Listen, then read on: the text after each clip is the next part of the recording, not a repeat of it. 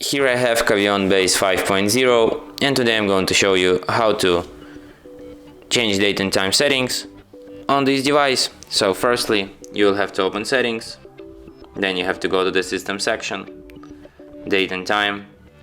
If you want to set up your date and time manually, you have to firstly disable this feature, automatic date and time. Here you can set your date, here you can set your time. If you disable this feature, automatic time zone, you can also select change your time zone here,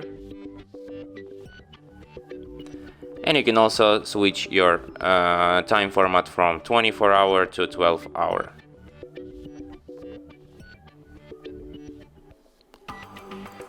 And that's it. Thanks for watching. If you find this tutorial useful, don't forget to hit that like button and subscribe to our channel.